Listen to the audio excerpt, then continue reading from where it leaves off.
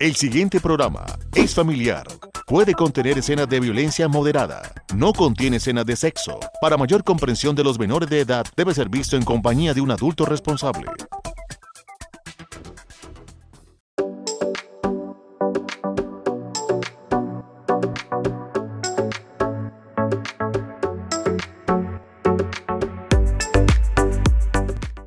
Muchas personas se preguntan por qué les cuesta tanto recordar algo o se les olvida tan siquiera lo que estaban haciendo de momento o se estresan mucho por algo que tienen que hacer inmediatamente, van a hacer algo y se pierden. Este fenómeno se llama niebla mental. Hoy vamos a verlo, cómo se presenta y cómo podemos abordarlo, porque definitivamente es más común de lo que nosotros podemos imaginar. Esto genera por completo un cansancio en las personas porque están constantemente olvidando las cosas, pero se presenta más en unos momentos que en otros y por eso es que nosotros debemos identificar. Quizá todos hemos pasado por un momento de esos, por supuesto que sí, más luego, por ejemplo, del COVID, que fue uno de los efectos que quedaron en lesiones para las personas o los efectos post-COVID. Entonces esto genera que haya una alteración en la atención y que de repente las personas se sientan muy estresadas porque no saben cómo manejar un episodio como este. Vamos a mirar entonces cómo podemos intervenir y previamente qué podemos hacer. Aunque este no es un diagnóstico clínico oficial, sí son unos síntomas o es un síntoma que queda después de algunas enfermedades, por ejemplo, después de haber pasado por una infección importante, como por ejemplo la del COVID-19. Esas son infecciones importantes en el organismo que generaron estos episodios de niebla mental. Del 20 al 30% de los pacientes que tuvieron COVID padecieron de la niebla mental y del 65% de aquellos que tuvieron ese COVID largo, que permanecieron síntomas, tuvieron niebla mental. También ocurre, por ejemplo, con cualquier otra infección que sea importante en el organismo o que se esté desarrollando una enfermedad como el lupus, la esclerosis múltiple, por ejemplo, son personas que presentan eso. Hay algo, por supuesto, donde está involucrada la parte neurológica y se altera de alguna manera. Algunas personas que están en tratamiento de cáncer o que han pasado por los procesos de quimioterapia, también es posible que se presente. De igual manera, las personas que han tenido, por ejemplo, hasta un resfriado, una gripa fuerte, pueden pasar por eso. O con la toma de algunos medicamentos, como los antihistamínicos, que producen como ese sueño y eso así, tienen también un efecto donde hay como cierta niebla mental. Así que también se puede presentar, por ejemplo, en un desfase de horario, en momentos cuando se viaja, por ejemplo, a Europa, que hay diferencia de horarios, se puede presentar. Por ejemplo, también cuando las personas atraviesan por episodios de estrés importantes, ante la noticia, una noticia que sea difícil de manejar, que hace como un shock emocional, también se presentan estos tipos de niebla. O también cuando, por ejemplo, las personas llevan varios días sin poder dormir bien, entonces padecen de un insomnio, también se presenta. ¿Qué tiene esto en común? Pues una alteración y falta de atención en la parte neurológica. Allá está pasando algo. Cuando se da por estrés, obviamente, estamos presentando poco descanso y bajo proceso a nivel cognitivo de las emociones. Bueno, ¿hay manera, por supuesto, de diagnosticarlo? Sí.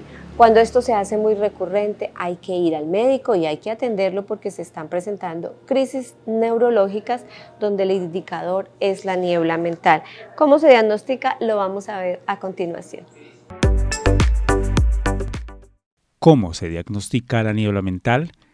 La niebla mental puede afectar a algunas personas durante meses e impactar muchos aspectos de la vida, y no solo la lentitud u olvido común y corriente, afecta la función ejecutiva o conjunto de habilidades que son esenciales para planificar, organizar información, seguir instrucciones, realizar múltiples tareas, entre otras.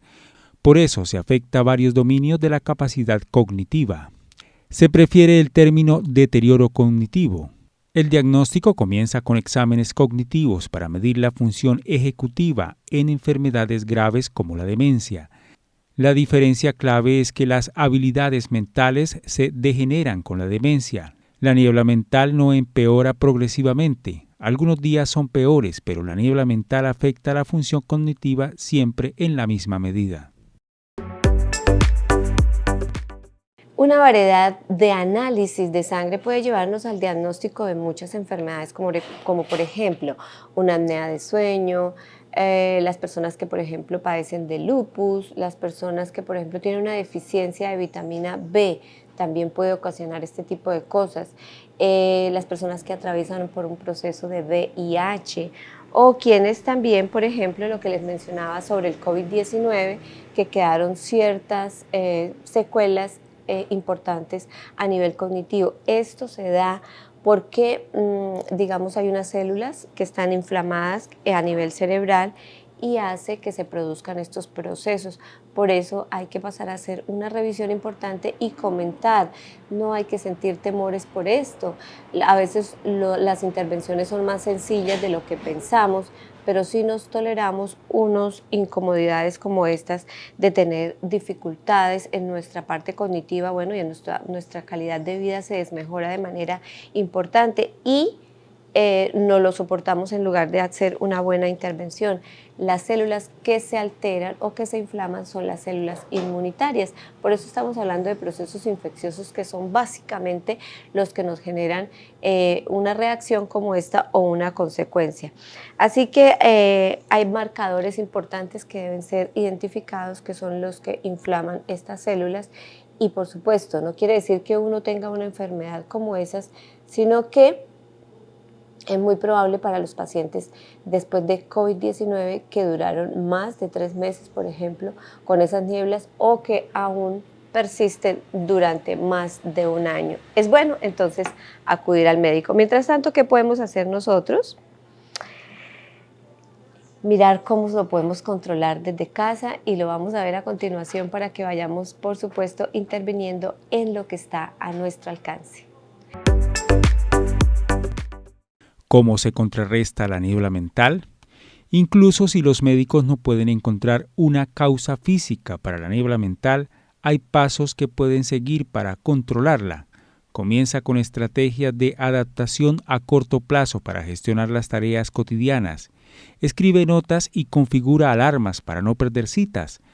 Toma descansos regulares durante los proyectos largos para que puedas mantener el enfoque y terminar las tareas. También puedes intentar realizar un seguimiento de tus actividades diarias utilizando una aplicación en tu teléfono o simplemente una libreta para averiguar en qué momento del día te sientes con más energía y con la mente clara. Luego, reserva ese tiempo para hacer tareas más difíciles o complejas. Hay otros cuidados u otras prácticas que nosotros podemos adelantar en casa para que podamos estar mejor, por supuesto, y tratemos de fomentar, por ejemplo, actividad cardiovascular. Sabemos que esto nos ayuda muchísimo y que una buena dieta, la alimentación, el sueño, el descanso es un factor recuperador de todos los procesos y por supuesto las actividades sociales. Mire qué tan bueno es cuando el cerebro sabe que está interactuando con otros, que sonríe, que habla, que descarga toda su parte emocional.